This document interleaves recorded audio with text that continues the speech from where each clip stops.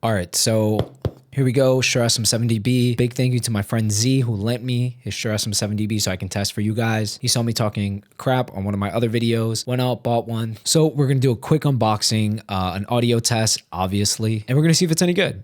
Now, of course, the mic is good. It's a Shure SM7dB. The real purpose for this video is for you to learn from my mistakes. I've learned a lot about audio in the past 9 to 10 months that I've been doing YouTube, and I want to share some best practices with you in this video. So you'll get a little bit of a buyer's guide, a sound impression, and some tips for buying audio equipment. All right, so first off, this box is massive, so I've got to raise the camera. Bear with me.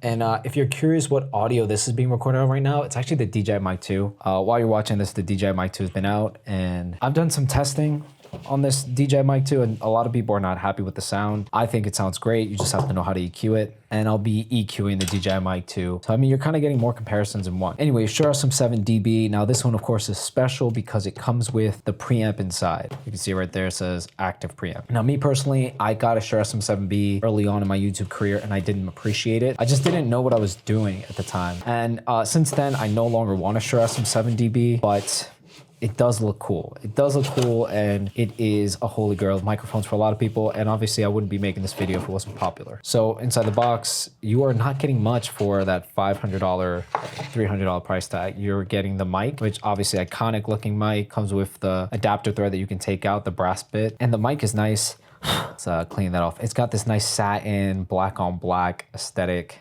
finish. It's got that cable there. I'm not crazy about that cable, always worried me. But the yoke mount, obviously, iconic yoke mount for the Shure SM7B and DB. And you got the branding, Shure SM7dB.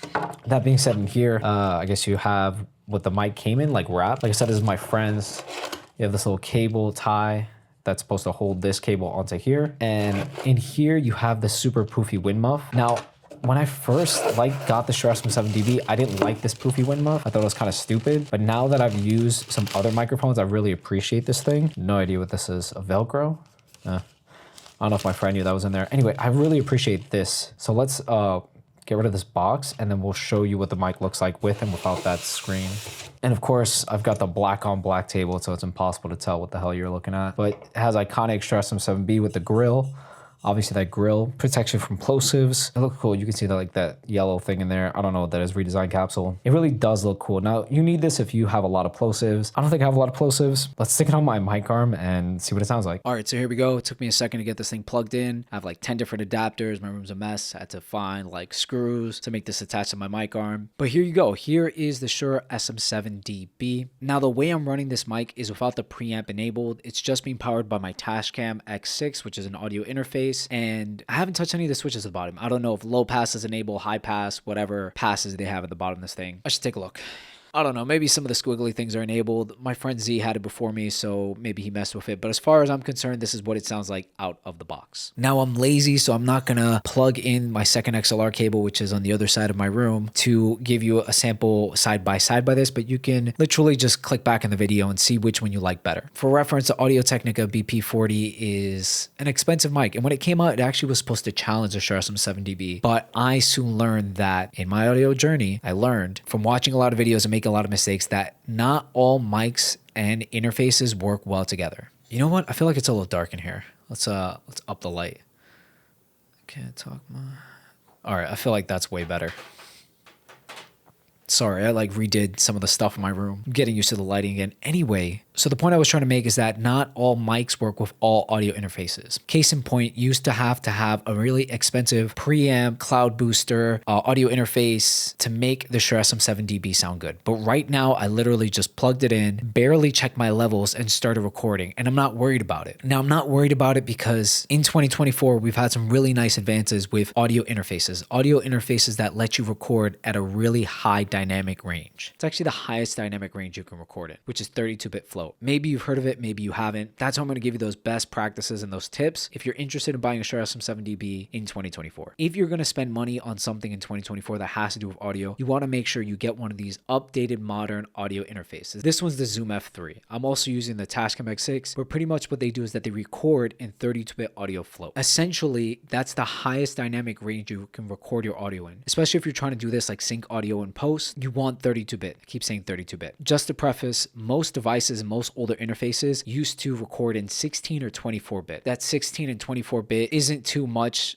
far away from 32, but think about it like this. When you were a little kid, there was a box of crayons, and the box of crayons had 8 colors, and then there was a box of crayon with 260 colors. If you want to get a smooth gradient from red to blue, you only have red and blue. It's not much you can do. But if you have the box with 260 crayons, you can use red, blue, purple, turquoise, any color in between to get a nice smooth gradient. Essentially, what 32-bit audio does is that it captures the highest of highs and the lowest of lows. So even if you're not an expert audio person like I'm not, you can set your levels incorrectly and fix them in post. Now, again, this is mostly for people who are doing talking head videos on YouTube like me, or recording podcasts or doing interviews. If you're streaming, things are a little bit different, but you can use an audio interface like this for streaming. So if you're going to spend money, spend the money on a good audio interface first. You don't have to get the most expensive mic. This will make any mic you have sound good. There's no longer compatibility issues. You don't need a preamp or cloud lifter to make this work. Case in point, I'm not using a preamp or a cloud lifter right now. This thing's being powered by one of those modern interfaces, which is the Tascam X6. And you tell me what it sounds like. Actually, just because I'm feeling crazy, we're going to move the Shure SM7dB to the side, and I'm going to talk into this iPod Nano from, God, I don't know when this was released. It's a silver one. I'm talking into the silver iPod Nano from whatever year this is. If you want to know which one of these devices I'm talking into, the iPod or the Shure SM7dB, I'll put the audio at the top. This is just a fun little test. It's extra. Don't say I don't do anything for you guys. Now, this iPod Nano is actually recording in 32-bit too. Now, 32-bit doesn't mean that it's going to sound better. It just means that it's going to give you more flexibility to edit the audio. So maybe I'll have edited the audio up to here, and now I'll switch it to regular audio from this iPod Nano. How does it sound like? You tell me. This is actually not an iPod Nano. I'm actually using the DJI Mic 2, which I have here, plugged onto the back of this with double-sided sticky tape. I just thought it'd be funny. Might be my new thing. But the DJI Mic 2 is actually an amazing 32-bit audio interface if you want to live in 2050 and pretend like you're in the future like I am right now. So yeah, enough with the gimmicky stuff. Let's get back to the Shure SM7dB. So yeah, let's recap. In 2024, you want to invest in a nice audio interface to record in the highest resolution possible. If you want a Shure SM7dB and you have the money to burn, buy a nice Shure SM7dB. This is a beautiful microphone. I mean, look at it. It looks professional. It's a holy grail of microphones. I've said this before. Again, big thank you to my friend Z for letting me borrow it. If you have any questions, leave it in the comments. I answer like 70% of the questions you guys leave. Like, comment, subscribe. Stay tuned for more content. Check out the content I have about photo, video, audio, new equipment, headphones that I have on my channel, and I'll see you in the next one.